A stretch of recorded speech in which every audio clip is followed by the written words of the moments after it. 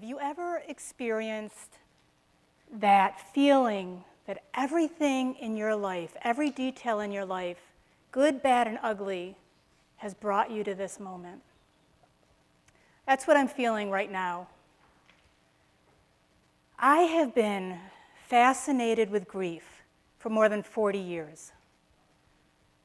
Actually, 42 years, 2 weeks, and 3 days, to be exact, but who's counting? I was that person that when you saw me walking towards you, you would turn the other way because you knew it was going to get deep. I wanted to talk about grief, mostly mine, but over the past 10 or 15 years, I eventually became interested in yours as well. So where did this all start? I was first consciously introduced to grief, and I say consciously because there are so many events that happen in our lives that we don't necessarily associate with grief. Like as a child, maybe being picked last in gym over and over and over. Maybe moving to a new school district. Perhaps your parents got divorced. These are all events that help shape our relationship to grief. So when I was 12 years old, my grandmother died. She had been sick for several years, and so some could say we were prepared. Maybe we were, I don't know. But I can say there's nothing that can prepare you for that deep pain, that intense loneliness, that emptiness, that soul-crushing pain that we may or may not feel when someone we love dies. But it wasn't until 5 months later when the real intrigue came for me for grief. It was a beautiful, sunny Sunday Easter morning, and my mom died suddenly of a heart attack. She was only 39 years old. And before I could even catch my breath, my dog that I had had since the age of 2, he also died from what I was told, a broken heart. And I remember when my sister came into my bedroom and we went over to the window looking out in the backyard, and underneath the tree that was my dog's favorite, he lied under a blanket. And I got this kind of crazy smile on my face. And I remember thinking, what else you got? Bring it. Because in that time frame, everything I had ever known, everything I was raised to believe, was ripped away. There I was at 13 years old, and my entire life was forever changed. See, this is the kind of stuff that happens in movies. It happens in books. It happens to other people. It doesn't happen to my mom, my family, certainly not me, but it did. And there I was with this new identity, motherless daughter, and I held on to that as if it was a lifeline. And I thought if I let go even the slightest bit, I would lose her forever. It felt like if I laughed too loud or played too hard, it was a betrayal. I was being disloyal. It was like I was saying it was okay that she was dead, and there was nothing about this that was okay. I found out really quickly that although I can't eliminate the pain, I sure can numb the intensity. And I did this. I did it with food, with drugs, with alcohol, with a wide variety of unhealthy relationships. The more red flags, the better, but that's a whole nother talk. We're not going there.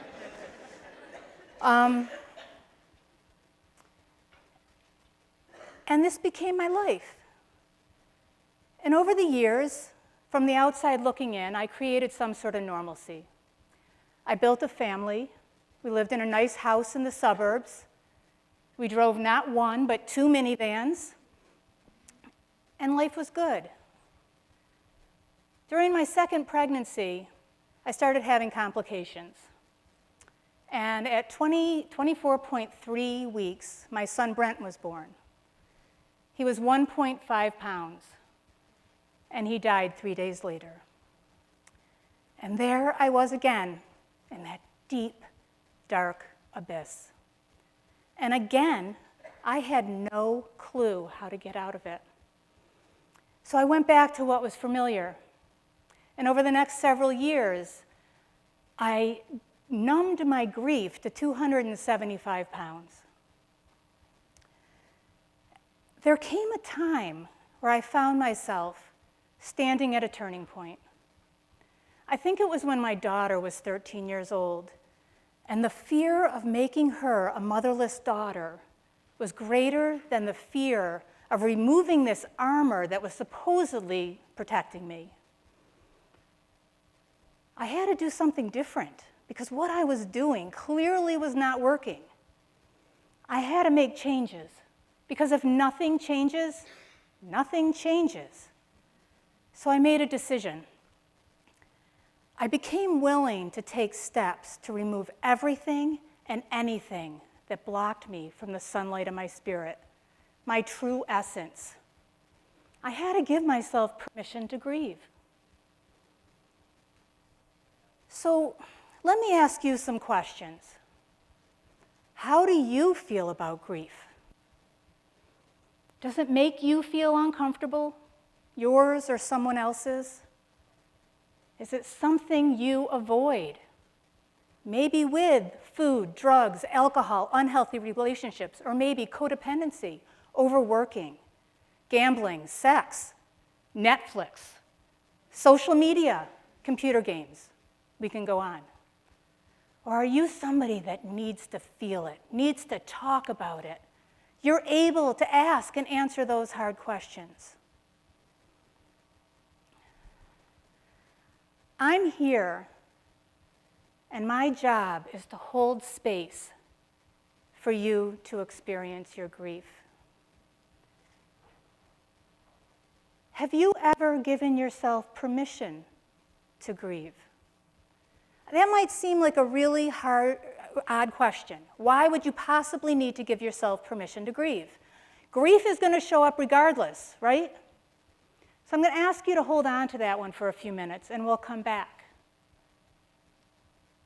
And I'm going to go back to my job, to hold space for you to experience your grief. What does that mean, to hold space? I think it means something different to different people. So I'm going to share with you what it means to me. For me, it means that I see you. I see the whole you. I see where you come from, where you are, and where you hope to go. I hear you. I listen deeply. I listen deeply not just to what you're saying, but what you're not saying as well, because there is so much said in that silence. I allow. I will meet you at the level of where you show up. All feelings, thoughts, emotions, words, language, they are welcome. And I accept. There is no judgment, no shoulds, because if you're anything like me, haven't we done enough of this already to ourselves? And I do this because for so many years, I desperately craved somebody to do that for me. But the irony is, there were people all over the place trying to help me, but I pushed you away. It was easier to cause you pain than to feel my own. So to make that transition, to stop numbing the grief and feel it, I had to do things differently, as I said. I had to change my perspective. I had to change how I looked at it. I had to change my relationship with grief. One of the things is signs. I love signs. I've heard so many people talk about when they see a cardinal, they know their loved one is with them. Maybe it's a rainbow. Maybe it's a song. Could be a smell. I've said over the years, if somebody walked by me wearing Gina Tay, I don't know if I would laugh or cry or just jump on them and hug them. Probably all of it. It's never happened. There's still time. Um, Mine is numbers. I love numbers. Whenever I see the number 123, I just know my dad is with me. When I see the number 77, I can feel my mom waving her pom-poms because she's always been my greatest cheerleader. There's also dates, birth dates, death dates. There was a time as those dates were approaching, it was like I was signing a permission slip that I can just behave any way I want. I was victimized by this, and I was going to make sure everybody knew that. And if you got in my way, chances are I either knocked you over or I took you hostage. So how do I look at this differently? How do I go from lamenting their death to celebrating their lives? And again, I had to renegotiate my relationship. Grief is not the enemy. I don't think it'll ever be my best friend, but it is clearly here for the long haul. So how can we co-inhabit this? How can we dance together, live together, love together? Well, as any relationship, if it's to survive, you need to communicate. So I started writing letters to my grief. And in your bag, because for some of you, you may not relate to this. You may think, I've never had somebody I love die. So in your bag, there's a card, and on one side of it, there is a list of events that you may have experienced. They're disenfranchised grief, which means it's grief that isn't necessarily acknowledged, or people don't allow you to acknowledge it. On the other side is a blank letter. It says, "Dear blank, this is your grief, and this is what I want you to know." So to give you an example, because I really encourage, if you feel up to it, when you get home today over the next couple of days, sit down and try to write something. What does your grief want you to know? Because it does want to talk to you. What do you want to say to it? Because I know I had a lot to say. So here's an example of one of my real early writings of my conversation with grief. And it says, "Dear Caron, this is your grief, and this is what I want you to know. Leave me alone. Let go already. Stop blaming me for all your choices, mistakes, and recklessness. There was a time that this made sense. You weren't ready to take it all in. I am not your mother, nor your lifeline to her. I never was and never will be. You do not need me to be with her. You are more deeply connected than I could ever do for you. You are no longer a victim of her death, but a legacy of all she was. Your mom wanted you to shine. She always saw the best in you, so stop wallowing and be that. Allow the sadness, the anger, the disappointment, and loneliness. Of course you miss her, but also allow the joy, the play, and the curiosity, because she gave you that freely. Do not, though, allow me to define you. You are so much more than that. Let me be clear, you are not me, your grief, and I am not your mom. Always grief." So back to that permission. Society has conditioned us to be uncomfortable with grief. We want things to look better, feel better. To see somebody sad or hurting, it just makes us uncomfortable. So we do whatever we can to fix it. We don't need to be fixed. You know, I should stop crying. I should get out of bed. I should be moving on. Should. We need to stop shoulding all over ourselves. To give yourself permission. Like your grief, it's personal, it's individual, it's precious, and it's yours. My grief may not look like yours, and yours may not look like yours.